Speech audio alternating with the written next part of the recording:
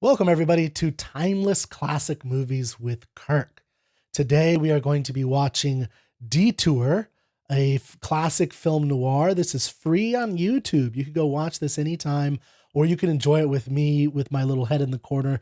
Now, I might make some comments here and there, but, this is a free movie, and I'm trying to encourage people to explore art that is not, just the most recent blockbuster film.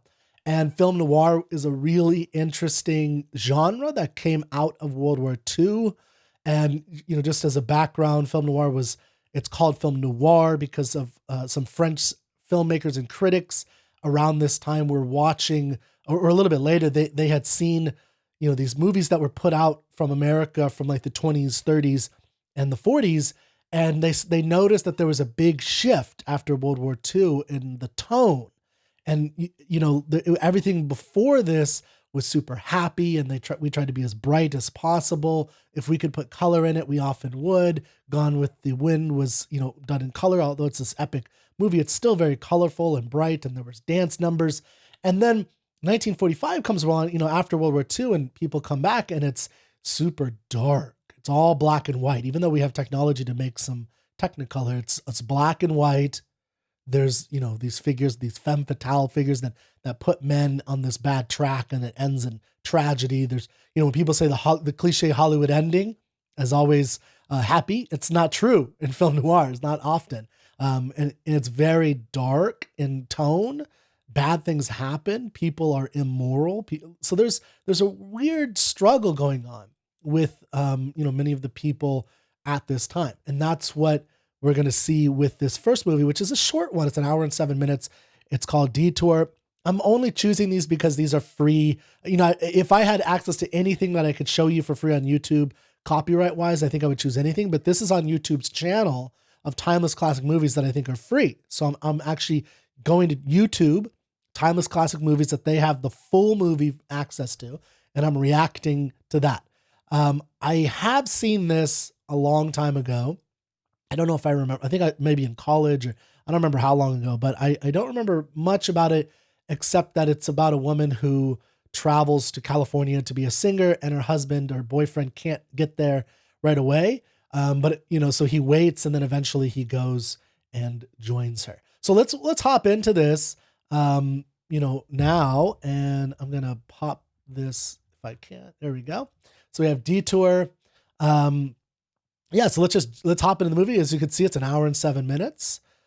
So here we go. And like I said, so I might mention, I'm going to try not to pause. I'm going to try not to never pause. I know people do that in reactions, and that's for copyright things. And it says copyright right there, but that's copyright from like 1945.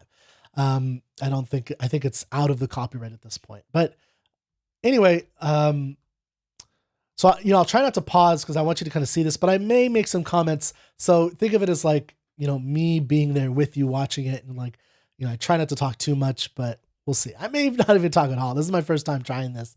So we'll see what happens. We'll see if anybody even enjoys this, but take an hour, watch a great classic film noir movie with me, and get some popcorn.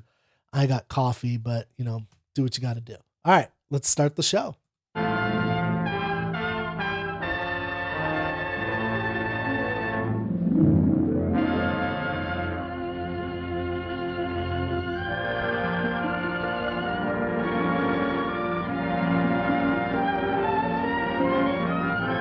Like there's a guy broken down car on the side of the road. That's I used to do road trips all the time as a kid. I still like road trips whenever I can. But what is it? The Jack Kerouac, like going forward, never looking behind you type thing. This is the opposite of that. Or this is that, I think. Although we are looking behind us.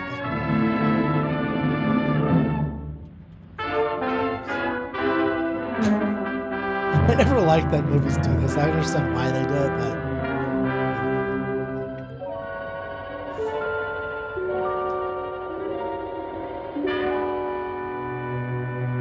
and I know a lot of people like that they do this. Only person that matters, the writer and the director.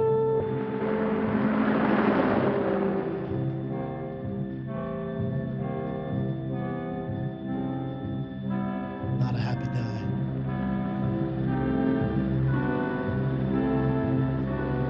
Well, here we are. I turned down here at the next block.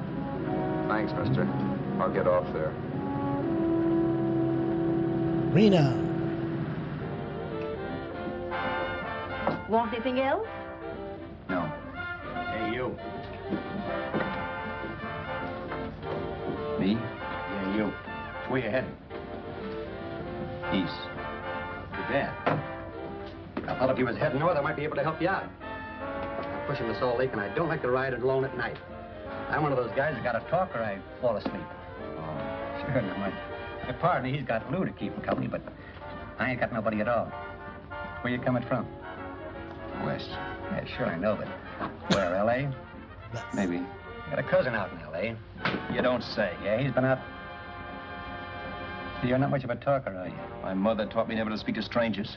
Oh, a wise guy. So what? Okay, don't get sore. Just trying to be sociable, that's all. Hey, Glamorous. You change for a dime, will you? Hey, Glamorous. I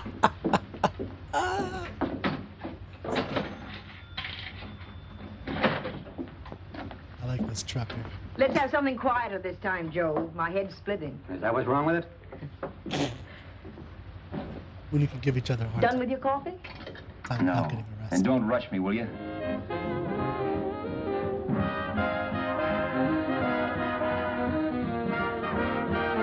Hey, turn that off. Will you turn that thing off? What's eating you now? Yeah, what's eating you? That music, it stinks. Oh, you don't like it, huh? No, turn it off. Oh, wait a minute, pal. That was my nickel, see?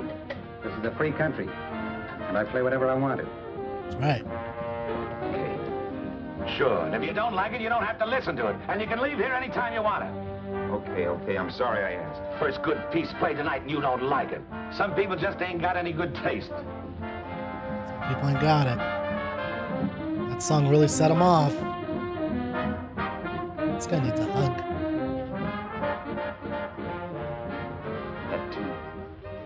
That tune. Why was there always that rotten tune? Following me around, beating in my head, never letting up. Did you ever want to forget anything? Did you ever want to cut away a piece of your memory or blot it out?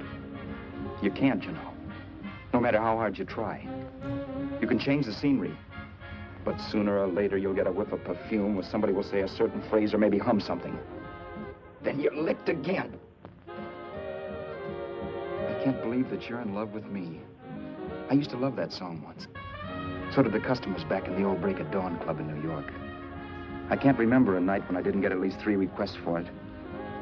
Sue, she was always selling it too. Those were the days.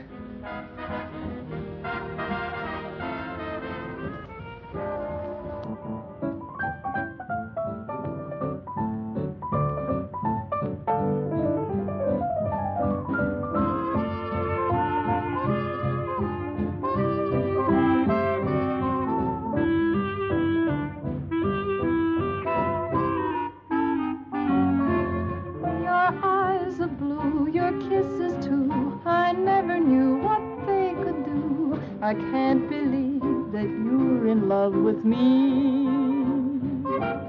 You're telling everyone you know that I'm on your mind each place you go. They can't believe that you're in love with me. Shiny past. I have always placed you far above me. I just can't imagine that you love me. And after all is said and done, to think that I'm the lucky one, I can't believe that you're in love with me.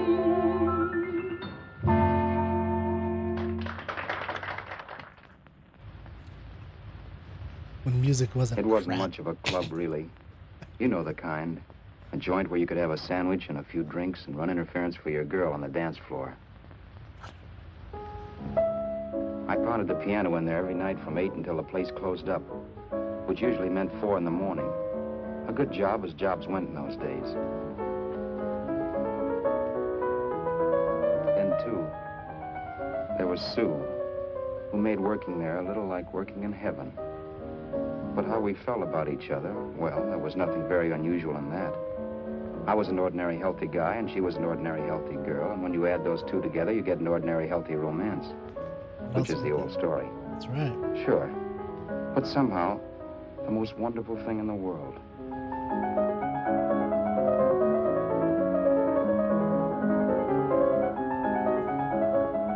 All in all, I was a pretty lucky guy.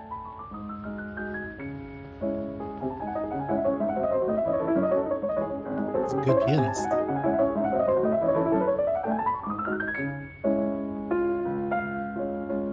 Mr. Paderewski, I presume. It's beautiful. You're going to make Carnegie Hall yet, Al? Yeah, as a janitor. I'll make my debut in the basement. I don't blame you for being bitter, darling, but you mustn't give up hope. Why, someday... Yeah, someday. If I don't get arthritis first. In the meantime, let's blow this trap. Man with dreams. Hasn't gotten them yet, though. It's already pretty morose. Even in the happy times. Happy days. They're out till the break of dawn. Like to get something to eat, hon? Oh, I don't think so, Al. I lose my appetite working in this flea bag. Let's go home. Okay. I can't stand much more of that dump. Did you see that drunk tonight trying to paw me? No, what drunk? Does it matter what drunk? Say, what's the matter with you tonight, darling? Say, That's the third time you started to tell me something and then stopped. We shouldn't have any secrets from each other, Sue. Next week we're going to make with the ring and the license. You and me will be a team. Yes, that's right. ring In the of Bush lights. League. I don't get you. We've been struck out. It's a funny way to talk, darling. Don't you want to marry me? Al, look, I love you. You know I do, and I want to marry you. But But not now. Only after we've made good. Sunday I'm going away. Oh, I know you'll think it's silly. That's why I hesitated to tell you. But I'm going to California. I want to try my luck in Hollywood. that's the most stupid thing I ever heard of. Don't you know millions of people go out there every year and wind up polishing cuspidors? I thought you had better sense. You sound as if you don't think I have any talent. That has nothing to do with it. I'll make out all right. Maybe. But what about me? Doesn't it mean anything to you that you're busting up all our plans? We may not see each other for years? It won't be that long. I thought you loved me. I do. You know I do. Got big dreams. Well, here we are. Going to La La Land. Al. Al, why can't you see my side of it? I'm young. We both are. And we've got all the time in the world to settle down. Oh, really, darling, what I'm doing is the only sane thing to do. I hate the thought of being so far away from you, but we'll be together again someday. Maybe you'll decide to come out too later on. So long. Al, aren't you going to kiss me goodnight? Sure. Why not? Good night. Kiss goodbye. Walking in that fog. Fog of memory. God, I love filming back then. So much clearer. No pun intended.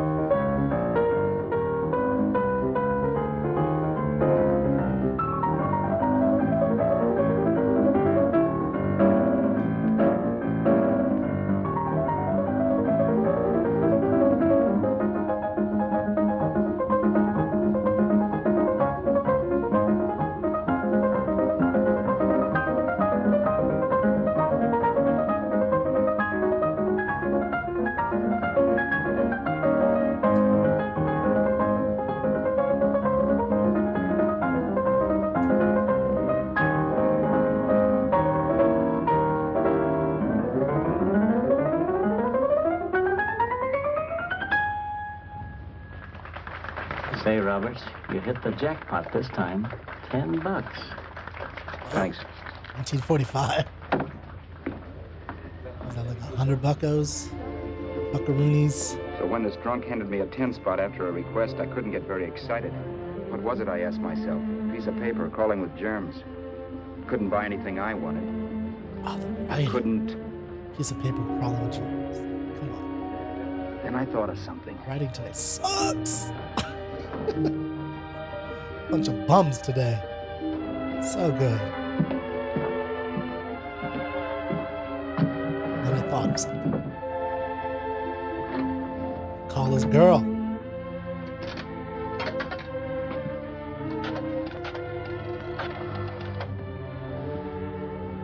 Long distance. I'd like to put a call through to Los Angeles. Miss Right. Harvey. Sue Harvey. Harvey. The number is Crestview 65723. I hope a guy doesn't answer. Gentleman answers the phone. This is how calls were made back then, ladies and gentlemen. Bunch of ladies in a room, pushing wires here and there for some random reasons. My grandmother actually did this at AT&T after the war. For a year. She worked there for 35 years. Hello, Sue? This is Al. Oh, baby, it's great to hear from you, too. What's that? You do? Oh, me too, darling. I thought I'd go batty without you. I just had to... Huh? You're working as a hashlinger? Gee, honey, that's tough. Those guys out in Hollywood don't know the real thing when it's right in front of them. You just stick it out, Sue, baby. Keep going around to those casting offices. I'm sure you'll click. Look, I'll tell you what. You stay put out there, I'll come to you.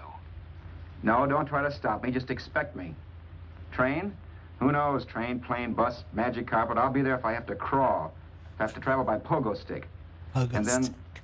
Love it. let's get married right away, huh? Don't give up. That's the stuff. That's what I've been wanting to hear you say. Well, goodbye for now. I'll be seeing you soon. She tried her dreams. Didn't Yeah. work out. Now she wants to marry the girl. Bye. Fair enough. She gave it a shot.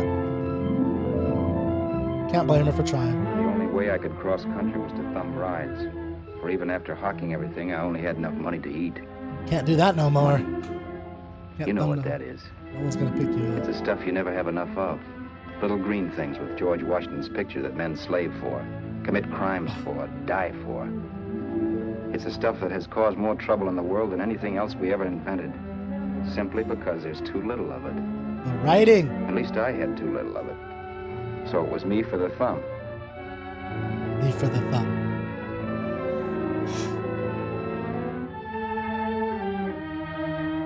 Writers today, watch the good stuff. That's how you write a story. Crap they put out there today. Ever done any hitchhiking? Nope. It's not much fun, believe me. Oh yeah, I know all about how it's an education, how you get to meet a lot of people and all that. But me, from now on, I'll take my education in college. On PS 62, or I'll send $1.98 in stamps for 10 easy lessons. PS62, it's public school. Okay, they're 8 or whatever. Thumbing Love our- rides may save you bus fare, Still wears his but it's tie. dangerous. You never know what's in store for you. You hear the squeal of brakes. If only I had known what I was getting into that day in Arizona. Here, throw that in the back seat. Okay, let's go. Make sure that door's closed.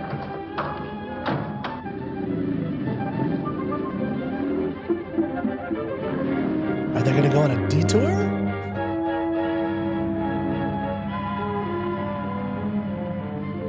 You know, Emily Post ought to write a book of rules for guys thumbing rides. Because as it is now, you never know what's right and what's wrong. We rode along for a little while, neither one of us saying anything. I was glad of that. I never know what to say to strange people driving cars. Then, too, you can never tell if a guy wants to talk. A lot of rides have been cut short because of a big mouth. So I kept my mouth shut until he started opening up. Hand me that little box in the compartment, will you, pal? Hold the wheel, will you?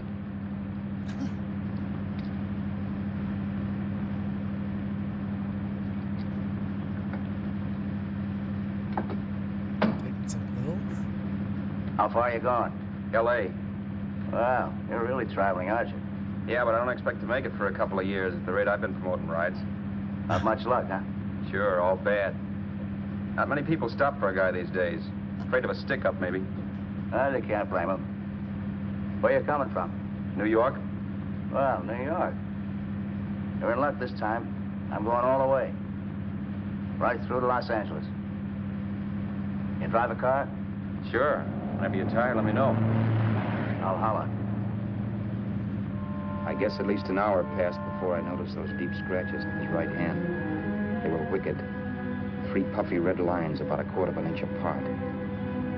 He must have seen me looking at them because he said, Beauties, aren't they? They're gonna be scars someday.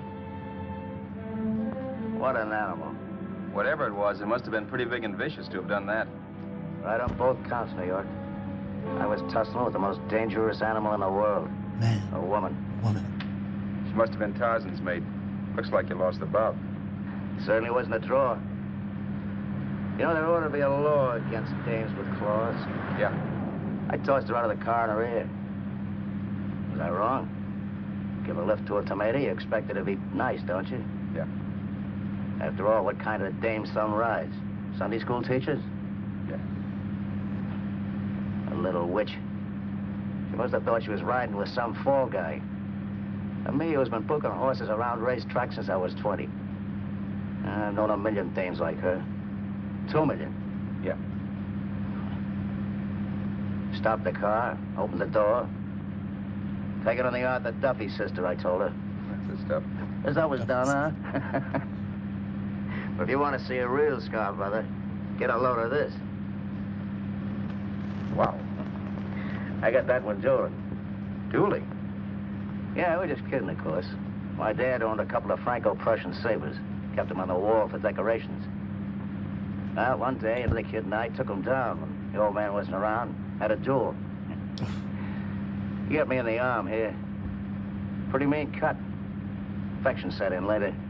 Yeah, I can see that. Now, give me that box again, will you? Yeah.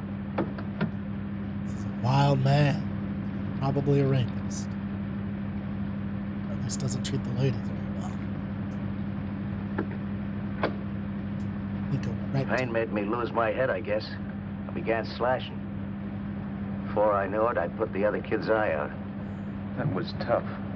Well, it was just an accident, of course. But you know how kids are.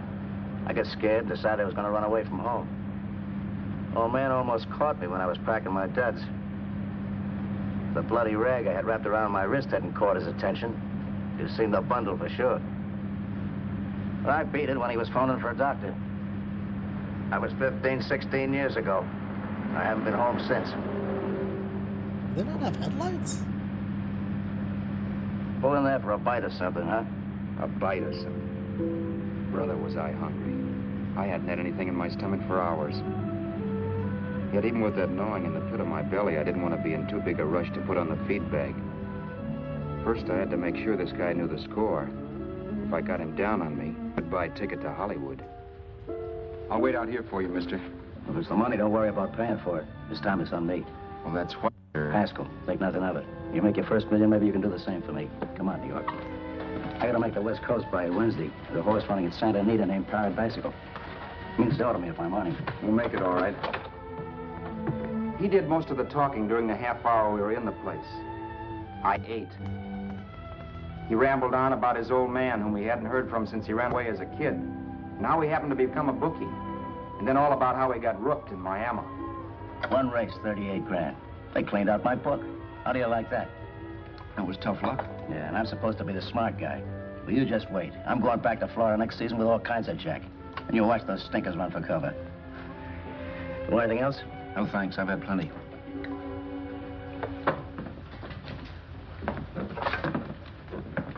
Can I check there, sister? He's indebted to him. Oh, just a minute. Your change, sir. Keep it, sister. Oh, thank you, sir. Call again. I'll be waiting outside for you when you finish work. Sharp check, huh? Gives me the creeps, though.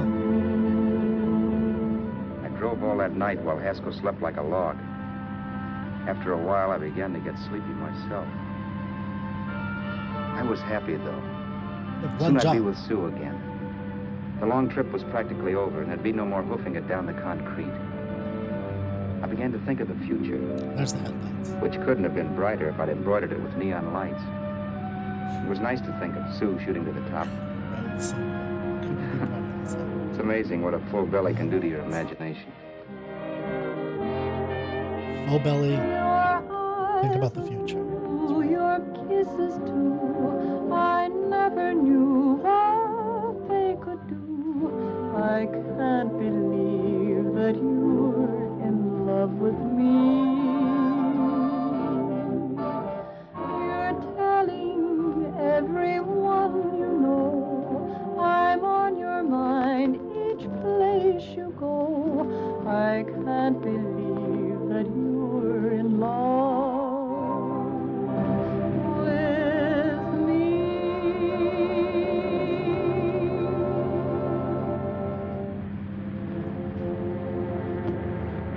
Maybe they turned the headlights off for the lighting in the film. Mr. Haskell? Mr. Haskell? Mr. Haskell, wake up. It's raining. Don't you think we ought to stop and put up the top? He is out. That's a lot of rain. Really? Mr. Haskell, I'm going to put up the top. Oh my God, is he dead?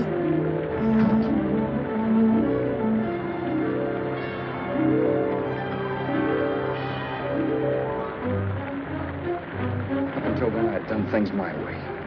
But from then on, something else stepped in and shunted me off to a different destination than the one I had picked for myself. But when I pulled open that door... Oh. Mr. Haskell, what's the matter? Are you hurt? Are you hurt, Mr. Haskell? Start your sermon. I'll listen to it. But I know what you're going to hand me even before you open your mouths. You're going to tell me you don't believe my story of how Haskell died and give me that don't make me laugh expression on your smug faces. I saw at once he was dead, and I was in for it. Who would believe he fell out of the car? Why, if Haskell came too, which of course he couldn't, even he would swear I conked him over the head for his dough. Yes, I was in for it. Instinct told me to run, but then I realized it was hopeless. There were lots of people back down the road who could identify me. That gas station guy and the waitress. I would be in a worse spot then, trying to explain why I beat it. The next possibility was to sit tight and tell the truth when the cops came. But that would be crazy. They'd laugh at the truth. And I'd have my head in the noose. So what else was there to do but hide the body and get away in the car? I couldn't leave the car there with him in the gully. That would be like erecting a tombstone.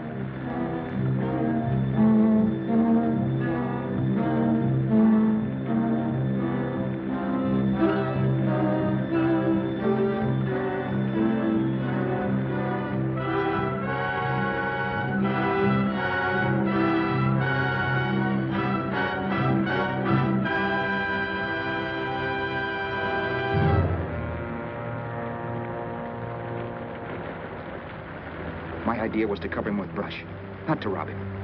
But then I remembered that even if I only drove the car for 100 miles or so, I would need money for gas. Besides, it was stupid of me to leave all that money on a dead man. Not only that, I'd have to take his driver's license in case I was stopped for something. I didn't like to think about it, but by that time I'd done just what the police would say I did, even if I didn't. My clothes. The owner of such an expensive car would never be wearing them. Some cop might pull me in on suspicion. Rationalizations. The rationalizations.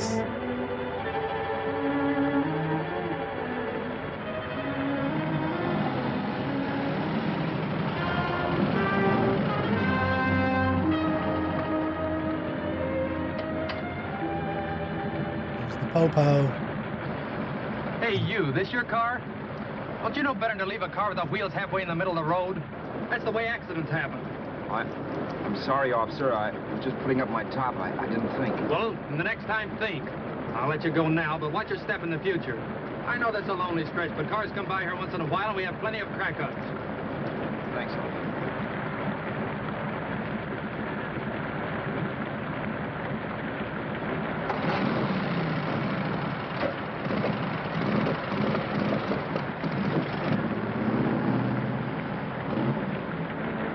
Riding a motorcycle in the rain.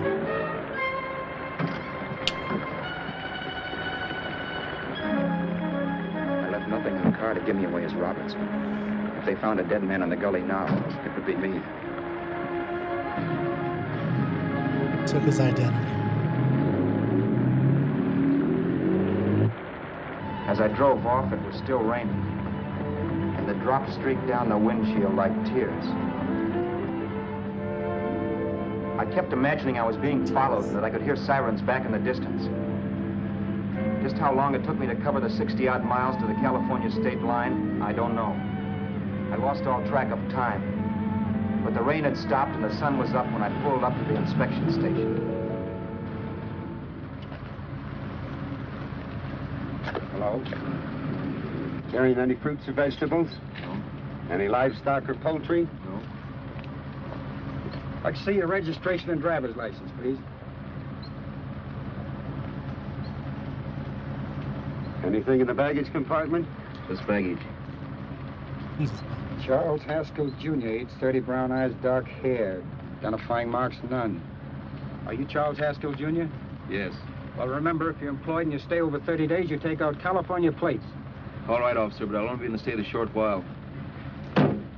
Right, you can go now.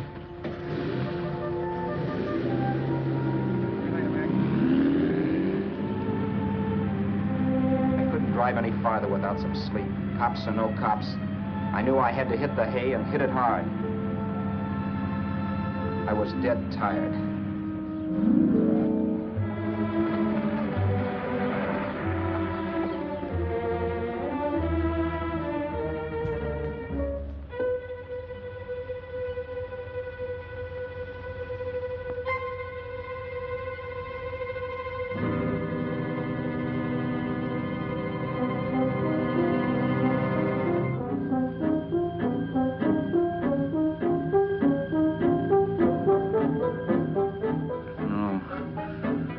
You can't, Mr. Haskell.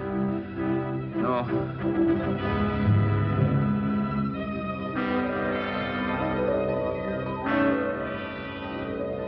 Mr. Haskell, you can't die. I think I did it. No, Mr. Haskell. No. No.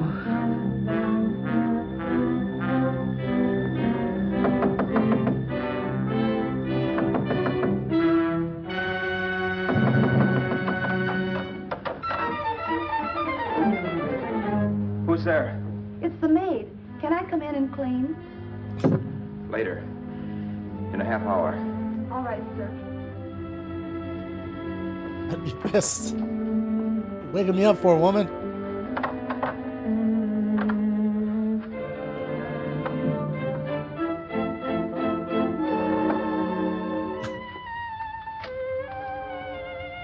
Guess they didn't have do not disturb signs back then.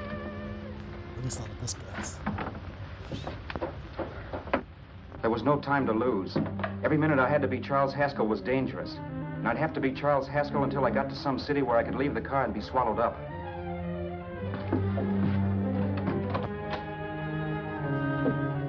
That meant driving the car as far as San Bernardino, maybe even to Los Angeles. In a little town, I might be noticed, but in a city, I should be safe enough. Then, after I ditched the car, I could go on to Sue. But those 5 minutes at the state line made me realize it might be a good idea to find out a little bit about Mr. Haskell. Then if anybody asked me questions, I could give the right answers. The first thing I found out was that I had $768. This was a lot of jack, but believe me, it was the kind of money I'd rather not have. This was a lot of jack. And then I found out from a letter Haskell was carting around in his bag that he wasn't the open-handed, easygoing big shot who went around buying dinners for strange hitchhikers. Before I got done reading it, I saw him more as a chiseler. It was written to his old man in California, the one he hadn't seen in so many years. In it, Haskell posed as a salesman of hymnals, of all things. It was easy to see where Haskell expected to raise a new stake for his book in Miami by rooking his old man. That was about all I found out from his effects, and it was enough. I told myself, maybe old man Haskell was lucky his son kicked off. He would never know it, but it saved him from taking a flyer in Sacred Literature Preferred.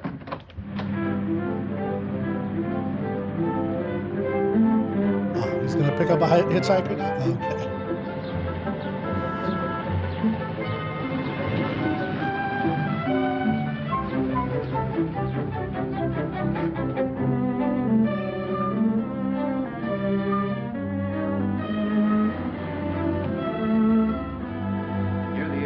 Desert Center, I pulled up for water.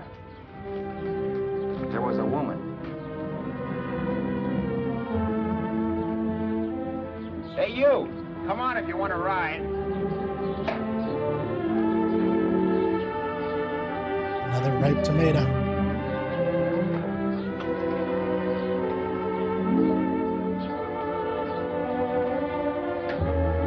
Do it, lady.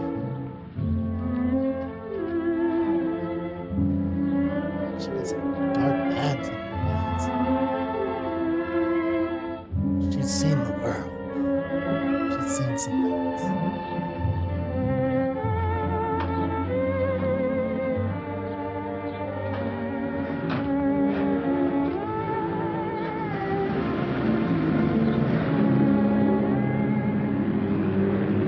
Whew, there's a bear. How far are you going? How far are you going? That took me by surprise, and I turned my head to look her over. She was facing straight ahead, so I couldn't see her eyes. But she was young, not more than 24. Man, she looked as if she'd just been thrown off the crummiest freight train in the world. Yet, in spite of this, I got the impression of beauty. Not the beauty of a movie actress, mind you, or the beauty you dream about when you're with your wife, but a natural beauty. A beauty that's almost homely because it's so real. Then suddenly she turned to face me. How far did you say you were going? Los Angeles? L.A.? L.A.'s good enough for me, mister. That's what I was afraid of. What'd you say? Oh, nothing, just thinking out loud. People get in trouble for doing that. What's your name? You can call me Vera if you like. Here. You live in Los Angeles? No. Where are you coming from? Oh, back there. Needles? No. Oh, sure, Phoenix. You look just like a Phoenix girl. Are the girls in Phoenix that bad? The girl must have been pretty tired because she fell asleep not 20 minutes after she stepped into the car.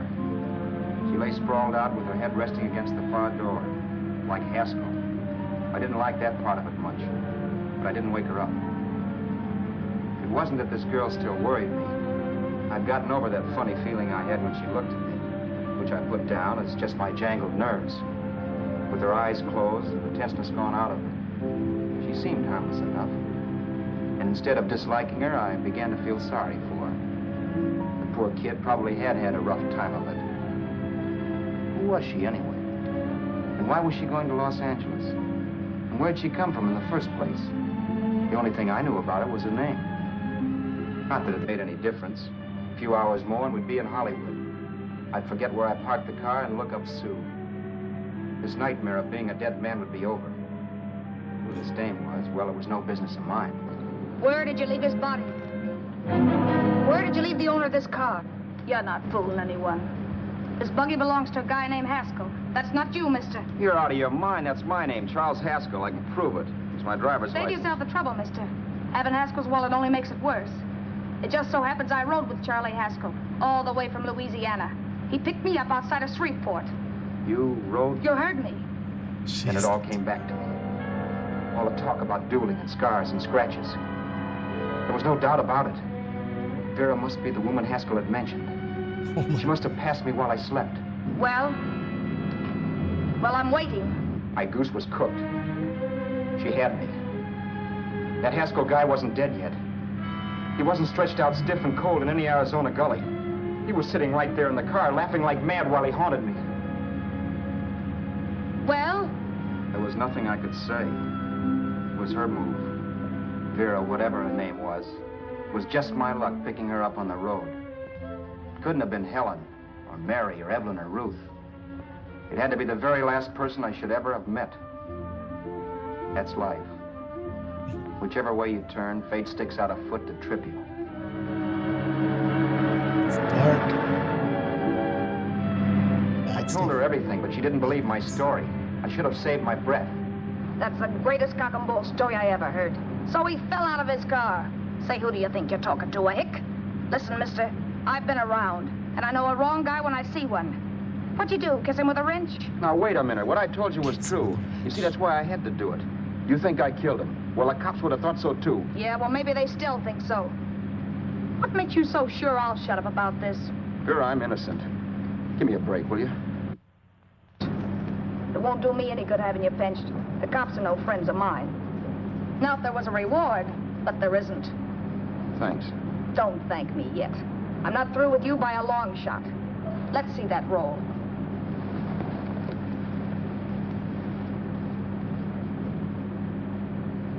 Is that all Haskell had? Isn't it enough? No, I thought he had more. Not that I know of. You can search me. You think I'm holding out on you? Well, maybe I will at that. He told me he was going to bet $3,000 on a horse named Paradisical on Wednesday at Santa Anita. He was stringing you along. He meant 300. Maybe. Sure, $3, 300. He was a piece of cheese, a big blowhard. Listen, mister, don't try and tell me anything about Charlie Haskell. Remember, I knew him better than you did. Okay, then you knew he was a four-flusher. That explains the $3,000 bet. I'm not so sure he didn't have that $3,000. Why should I believe you? You got all the earmarks of a cheap crook. Now, wait a Shut minute. up. You're a cheap crook and you killed him. For 2 cents, I'd change my mind and turn you in. I don't like you. All right. Don't get sore. I'm not getting sore, but just remember who's boss around here. If you shut up and don't give me any arguments, you'll have nothing to worry about. But if you act wise, well, mister, you'll pop into jail so fast it'll give you the bends. I'm not arguing. Well, see that you don't. You know, as crooked as you look, I'd hate to see a fella as young as you wind up sniffing that perfume that Arizona hands out free to murderers. I'm not a murderer. Of course you're not. Haskell knocked his own head off. He fell. That's how it happened, just like I told you. Sure, and then he made you a present of his belongings. I explained why I had to do skip that. it. Doesn't make a difference one way or another. I'm not a mourner. I liked Haskell even less than I like you. Yeah, I saw what you did to him. What do you mean? Those scratches on his wrist. Sure, I scratched him. I'll say you did. So your idea was to drive the car a little way, maybe into San Bernardino, and then leave it. You weren't going to sell it? Sell it? You think I'm crazy? Somebody else's car? See, all I want to do is leave it somewhere and forget I ever saw it. Not only don't you have any scruples, you don't have any brains. I don't get you. Maybe it's a good thing you met me. You'd have got yourself caught, sure. Why, you dope. Don't you know a deserted automobile always rates an investigation? Huh? Look, the cops find a car. Then they get curious. They wonder where the owner is. So, all right, they don't trace Haskell. They trace you. I never thought of that. The only safe way to get rid of the car is to sell it to a dealer. Get it registered under a new name. Say, stop at the next store. I want to get a bottle and do some shopping before we hit L.A. Okay. As soon as we find a place, I'll drop you off and pick you up later. Nothing doing. You're coming in, too. From now on, you and I are like the Siamese twins. Have it your way, but I don't get the point. The point is, I don't want you to get lost. I'm not going to beat it if that's what you're afraid of. I'll say you're not. Well, I'm going to see that you sell this car so you don't get caught. Thanks. Of course, your interest wouldn't be financial, would it? You would want a small percentage of the profits. Well, now that you insist, how can I refuse? 100% will do. Fine. I'm relieved. I thought for a moment you were going to take it all. I don't want to be a hog. A few hours later, we were in Hollywood. I was recognizing places Sue had written about. It struck me that far from being at the end of the trip, there was a greater distance between Sue and me than when I started out. Vera wasn't kidding with that Siamese twins crack. She rented a little apartment as Mrs. Charles Haskell. When I objected to this, she explained that it was on account of the car. A dealer might think something was funny if he called and found we were using different names.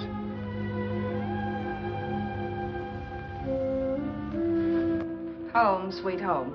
Yeah. Not bad either.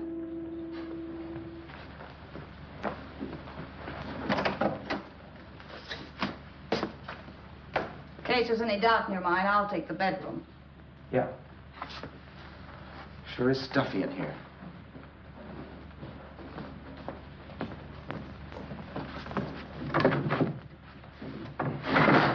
keep the window shut. Okay. The old crow downstairs said there's a folding bed behind this door.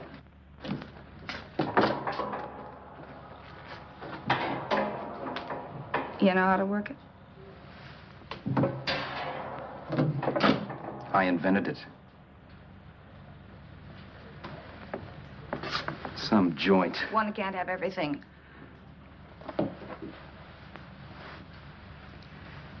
I'm first in the bathtub. I don't know why, but I figured you would be.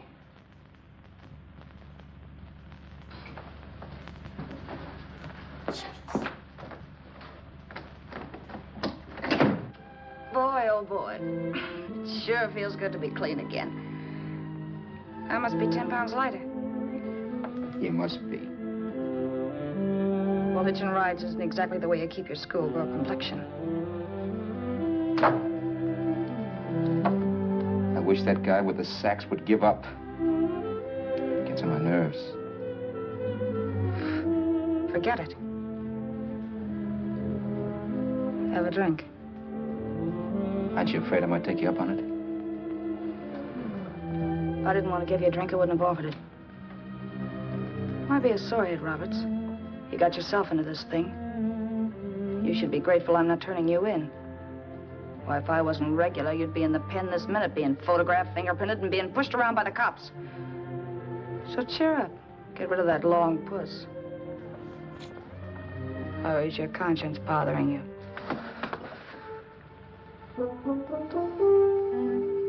No. It isn't. Swell. That's the spirit.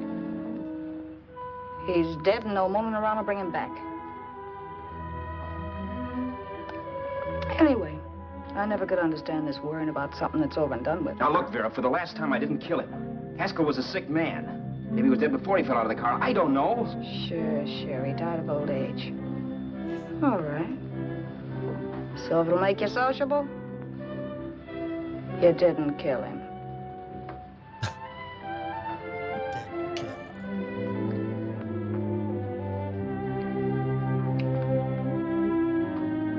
She's trying to Thanks. seduce him in her weird way.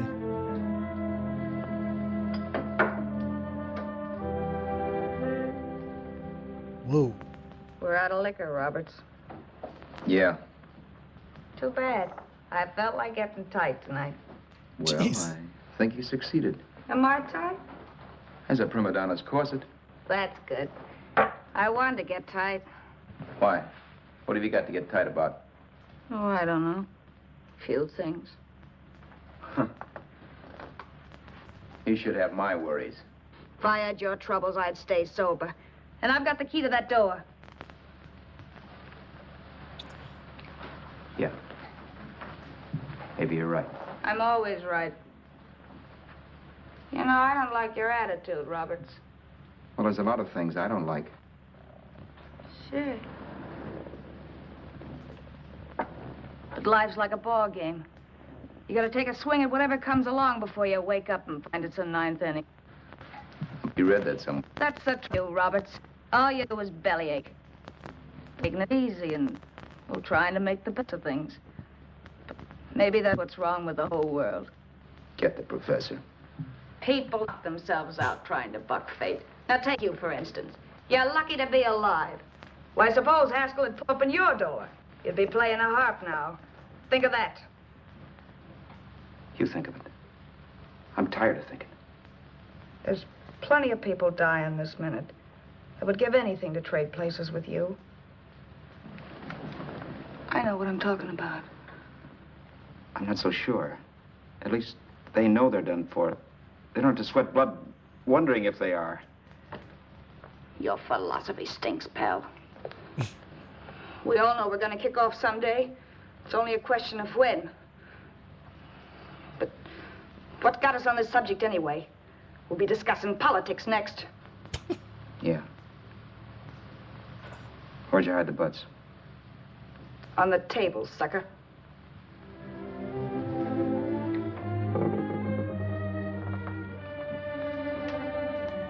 She We mighty bored not each other interested. with conversation for a couple of hours longer. Every 5 minutes, one of us was wishing we had another bottle or a radio or something to read. Then finally, we ran out of chatter. I know it's only 11 o'clock, but I want to get up early and make the rounds of the used car lots. No hurry about that. We got all the time in the world. Maybe you have, but if you think I want to stay cooped up in this place any longer than I have to, you're batty. It's not a bad place. Pay plenty for diggings like this in New York. I wouldn't like it if it was the Ritz.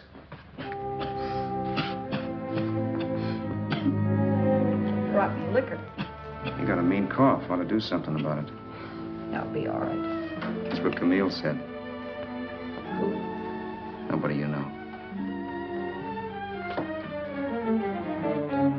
Wasn't that the dame that died of consumption? Yeah. Wouldn't it be a break for you if I did kick off? You'd be free with all Haskell's dough and car. I don't want to see anybody die. Not even me. Especially not you. One person died of me. If you did, well, that's all I need. You don't like me, do you, Roberts? Like you? I love you. My favorite sport is being kept prisoner. After we sell the car, you can go to Blazers for all I care. But not until then.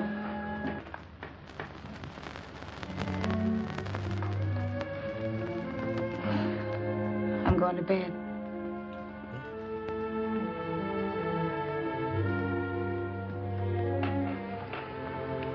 Going alone, lady. Good night, Roberts. Don't try and sneak away during the night. All the doors are locked. Anyway, if I find you gone in the morning, I'll notify the police. They'll pick you up. Don't worry, I know when I'm in a spot. Well, good night. I hope that portable rack isn't too uncomfortable for you. Don't lose any sleep over it, will you, Vera?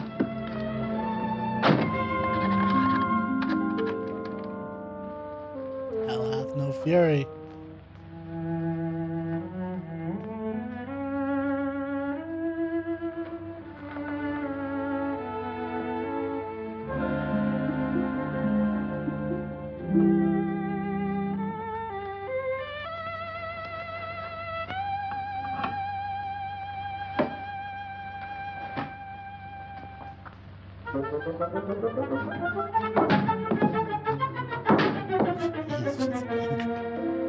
Crestview.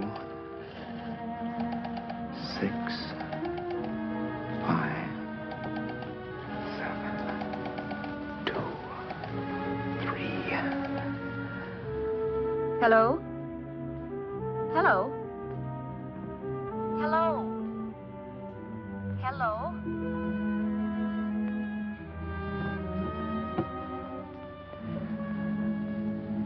No. Not yet, darling. Tomorrow. Maybe. If this were fiction, I would fall in love with Vera, marry her, and make a respectable woman of her. Or else she'd make some supreme Class A sacrifice for me and die. Sue and I would bawl a little over her grave and make some crack about there's good in all of us. But Vera, unfortunately, was just as rotten in the morning as she'd been the night before. All right, I'm coming. Look, Vera, it's almost noon. So what? The dealers will be there all day? They'll be there all year, too, but it doesn't wait that long. Shut up. You make us like a husband. Well, do I rate a whistle? You sure do, but let's go. Let's go. I spent $85 and 2 hours preparing bait, and all you can say is let's go. Come on.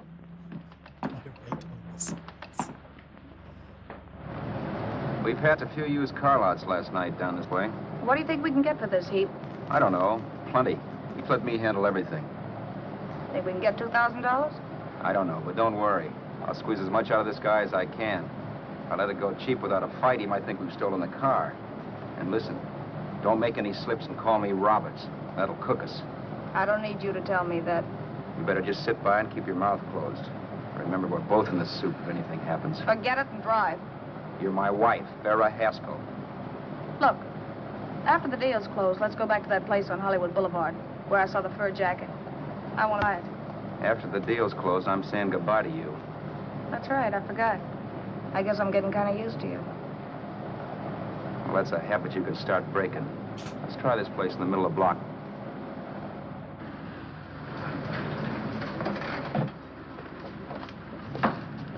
Good afternoon. What can I do for you?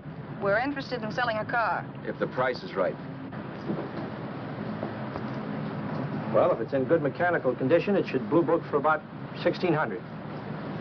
Tony, take a look at this motor. 1,600. Are you kidding?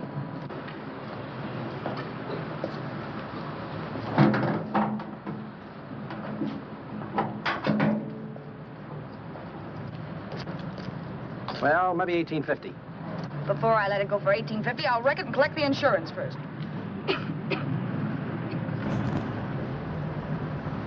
Lady, this motor's seen a lot of driving.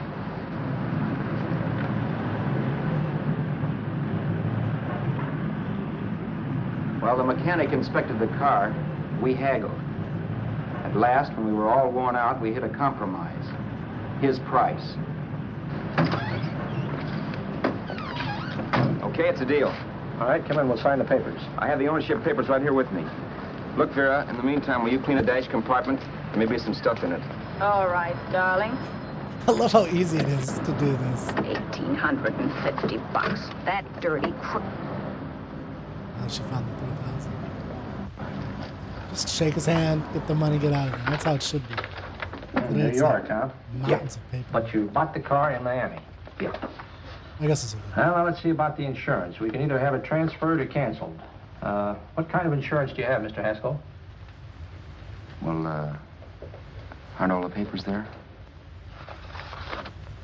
I don't see any. Surely you know what type of insurance you carry in the car. The name of the company? Yeah, but, Well, if you'll just tell me the name of the company, I'd be very glad to take care of all the details. well, Did you sign the papers yet? not yet. Well, don't. We're not selling the car. Well, wait a minute, Mrs. Haskell. Come on, darling. What's the matter? You changed your mind? Yes, I'm sorry. I guess I have. But, Vera... Let's go.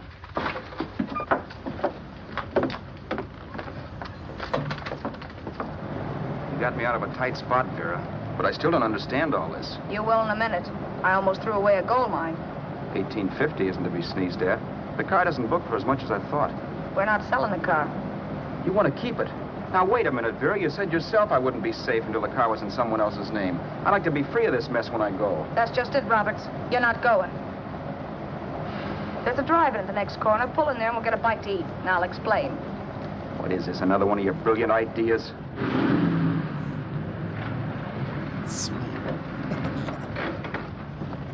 Oh, I take your order? Make mine a ham sandwich and coffee. And for you, sir?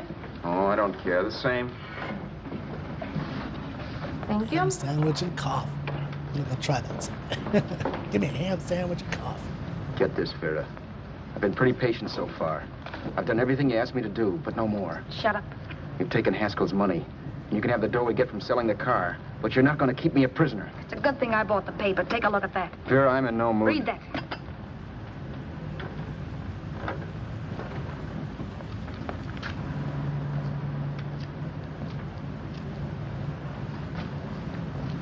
No. Yes. No, I won't do it. Yes, you will. Ooh, You think I'm crazy? It's impossible, I tell you. she's got a plan. Excuse me. It's a nasty plan. It's gonna have to pretend Blow to the be horn when you're through. the sun. No one could possibly get away with an act like that. It'd be wise to me in a minute. Don't be yellow. You look enough like him. The same coloring and the same build. See how his clothes fit you? No kidding, you almost had me fooled for a while. Oh, grow up, Vera. Don't you think a father knows his own son? And there must be other relatives. The father won't have to know you. We'll wait till he gives up the ghost. He's an old geezer and he won't pull through. And as far as other relatives are concerned, they haven't seen you in 15 or 20 years. Eat. I'm not hungry. And I won't do it. It's not as tough as it sounds. Remember, you've got all kinds of identification. His car, letters, license. I could never get away with it. It's the stupidest thing I've ever heard. The old boy has scads of dough. Look in the paper there. Personal fortune assessed at over 15 million. He'll leave plenty, I tell you. Maybe he cut off his son. How do we know?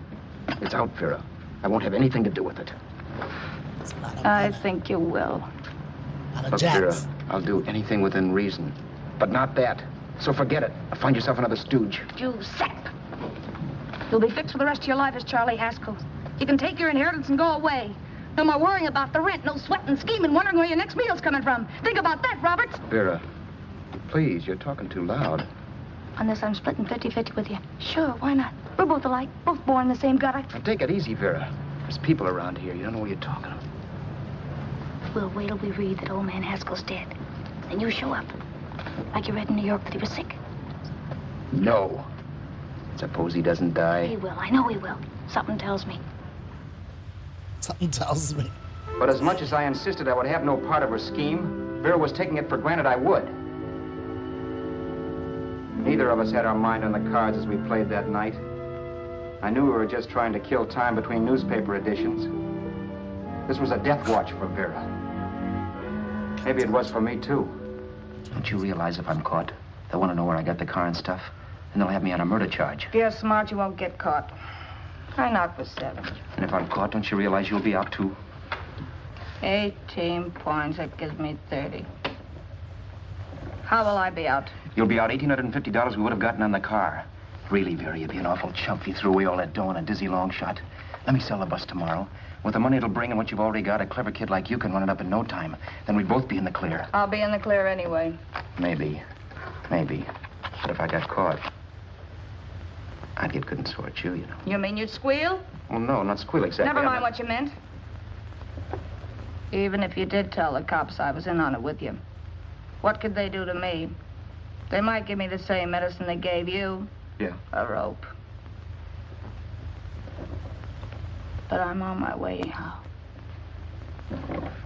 All they'll be doing will be rushing it. All right. But think of the $1,850 you'd lose. You'd kick yourself along the block and let it get away from you. I'll take the chance. Want another drink? You're being a goon. That's the way people wind up behind the 8 ball. Once they get a few dollars, they become greedy and want more. My. Caesar. Who? You know that Roman general? He got his for being greedy. He wasn't satisfied, so the final wind-up was he took the count. A couple of days ago, you didn't have a dime. Why, you were so broke you couldn't pay cash for a postage stamp. Now you've got almost $700 with $1,850 in the offing. Take my advice. Don't try for more. I'm tired of this game. Let's have some blackjack. Play solitaire. Okay, I will if that's the way you feel about it. That's the way I feel about it. Getting sore and throwing things won't help much, Roberts. I'm really doing you a favor. I help you out of a jam by keeping my mouth shut. I show you how to make some soft money. And what thanks do I get? Thanks. Sure.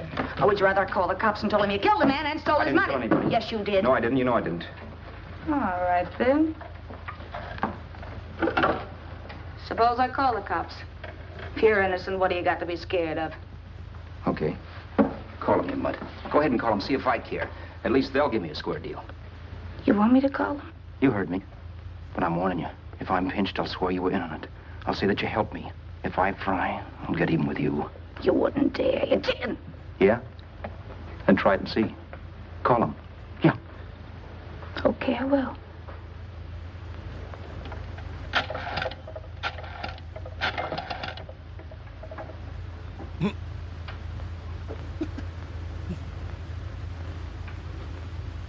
Information? I want the number of the Hollywood police station. Okay, I got it. Thanks. Wait a minute, Vera. You wouldn't do that. Well, wouldn't do that, and I'll show you if I would. Take it easy now. Let's talk this over. This was early in the evening, and the conversation, while hectic, was at least pitched low. But as the minutes passed, and more obstacles to her plan popped into my head, the air got blue. Each word coming from our lips cracked like a whip. I reminded her that as Charles Haskell, I didn't even know my mother's name, where I'd gone to school, the name of my best friend, whether I had an Aunt Emma or not, my religion, and if I'd ever owned a dog. I didn't even know what my middle initial stood for. I also pointed out that the real Haskell had a scar on his forearm. His people never saw that scar. He told me he ran away right after putting out the kid's eye. Yeah, but his father knew he was cut. It'd have to be some kind of a mark. So what? The old man's dead, or will be. I hope by tomorrow morning's papers. Anyway, you could cut yourself a little, couldn't you? Boy, for that kind of dough, I'd let you cut my leg off. You're drunk and you're crazy mad, Vera. Turn me in if you want to, but I won't get mixed up in this. Besides, how do we know Haskell was such a phony? Maybe it wasn't the man's son at all. Maybe he just dreamed it up. Well, dreaming or not, you won't be dreaming when the law taps you on the shoulder. There's a cute little gas chamber waiting for you, Roberts. And I hear extradition to Arizona's a cinch. Where's that phone? Vera! Leave me alone. Vera! Here. I want a phone. Call police. I hate you, yellow stinker. You leave me alone. I'll let you alone when you promise to leave the phone where it is. You're drunk. You don't know what you're doing. You're hurting me. Will you promise? All right.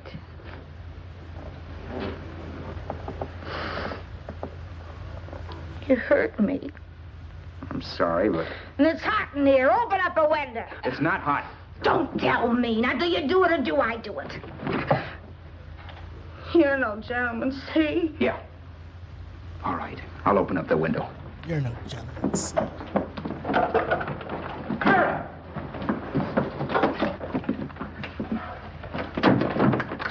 Vera, open the door. Please open the door. Vera, open the door. Don't use the phone. Listen to me. I don't like you, Roberts. You're no gentleman, see? You hurt my hand, and I'm going to get even with you. If you don't open the door, I'm going to kick it down, Vera. Vera, don't call the cops. Listen to me. I'll do anything you say. Vera, let me in. I'll break the phone. No. Why don't you pull it from the other way?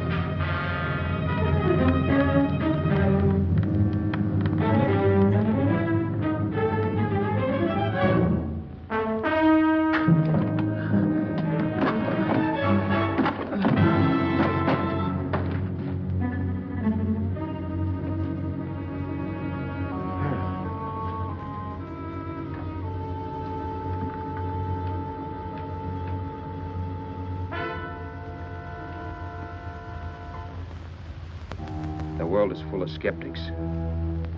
I know. I'm one myself.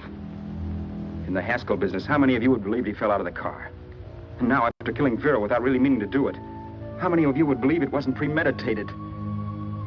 In a jury room, every last man of you would go down shouting that she had me over a barrel and my only out was force.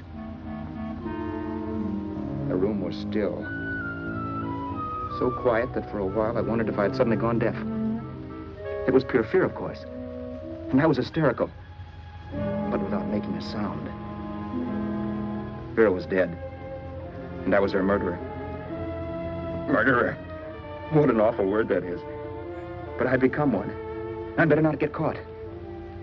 What evidence there was around the place had to be destroyed. And from the looks of things, there was plenty. Looking around the room at things we'd bought was like looking into the faces of 100 people who'd seen us together and who remembered me. This was the kind of testimony I couldn't rub out. No. I could burn clothes and hide bottles for the next 5 years. There'd always be witnesses. The landlady, for one. She could identify me. The car dealer, the waitress in the drive-in, the girl in the dress shop, and that guy in the liquor store. They could all identify me. I was cooked. Done for. I had to get out of there. While once I'd remained beside a dead body, planning carefully how to avoid being accused of killing him, this time I couldn't. This time I was guilty. I knew it. Felt it. I was like a guy suffering from shock. Things were whirling around in my head. I couldn't make myself think right. All I could think of was the guy with the saxophone and what he was playing. It wasn't a love song anymore. It was a dirge.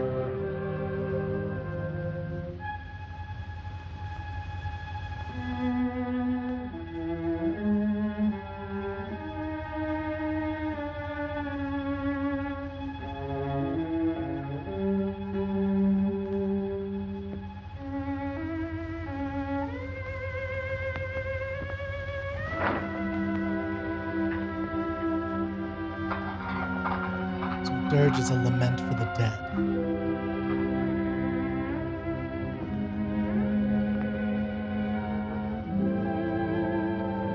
Not much you could do.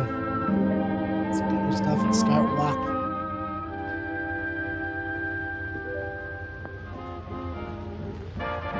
But my problems weren't solved. I had to stay away from New York for all time. Because Al Roberts was listed as dead and had to stay dead. And I could never go back to Hollywood. Someone might recognize me as Haskell. Then, too, there was Sue. I could never go to her with a thing like this hanging over my head. All I could do was pray she'd be happy.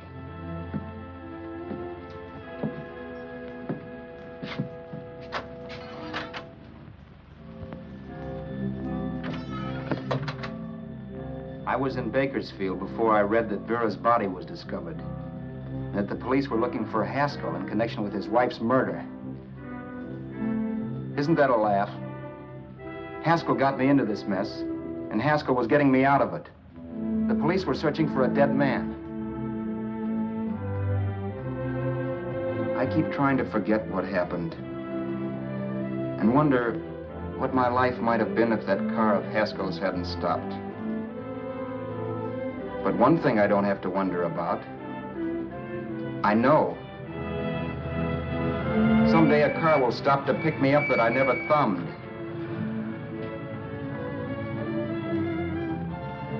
Yes. Fate, or some mysterious force, can put the finger on you or me for no good reason at all.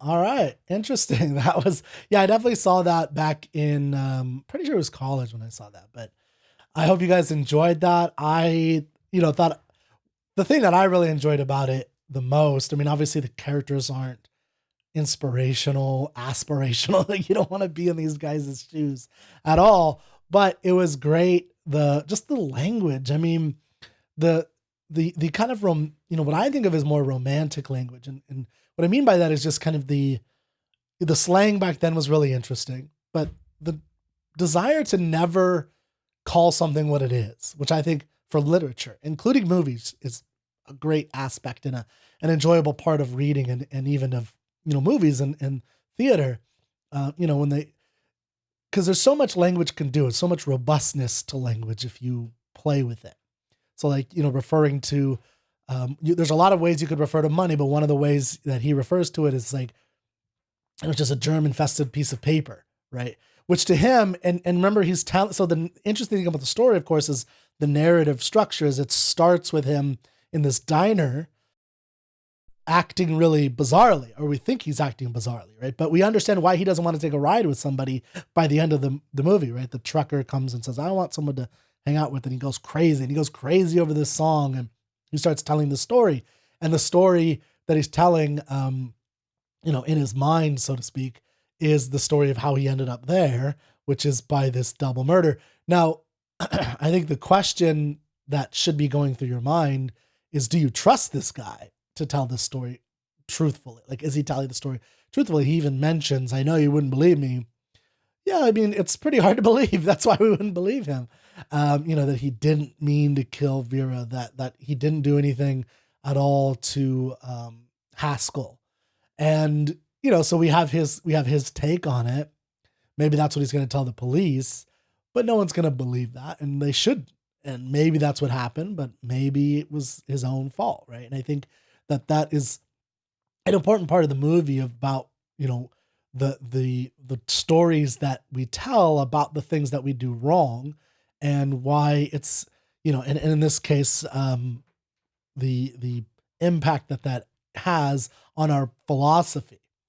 And, we think of Vera as this horrible person, but we have to remember that it's filtered through his mind, very explicitly filtered through his mind. And the film does with some little cinematic things like the fog when he goes back in time and he's walking in this fog of, with the girl, I can't remember her name right now. I already forgot it, but the girl that he's going to in LA, the girl that he was supposed to marry.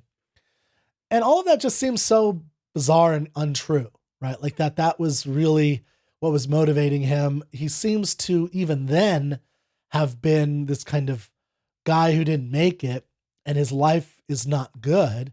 And even his woman has left him. And the really interesting thing is that we don't hear the fiancé's, the girlfriend's side of things when he calls her. So, he kisses her, again, he's telling the story. He kisses her, and then she leaves for California. He calls her. We get a shot of her on the phone, but we don't hear what she says, right? We don't see, like, he's talking to her like, oh, don't say anything, and I'll be there soon, and yada, yada, yada. And, it's a one-sided conversation. And he's telling the story to us after this fact. It could have all been BS, right? She could have said, no, I'm married, I'm happy. In his mind, he's like, no, she hasn't made it yet. And, I'm going to go and save her and so on. He's built this narrative, and then he got detoured. I mean, we don't know, but I take it, my interpretation is that he's a good for nothing, even though he's a good piano player, but there's something about him that's a good for nothing. He goes on this journey, although I guess he may not be that good of a piano player. That could just be his fantasy too. That's the other thing. His whole thing could be just his fantasy. Maybe he's just a mediocre piano player. But so he doesn't like his life, essentially. He's alone, doesn't like his life, and he goes on this journey to California to get his girl. And along the way, he meets some nefarious characters. And, one of them is Haskell, who's this bad guy. But that, again, could be just the way that he's interpreting the story in order to make himself feel better. Like Haskell was a no good for nothing type thing.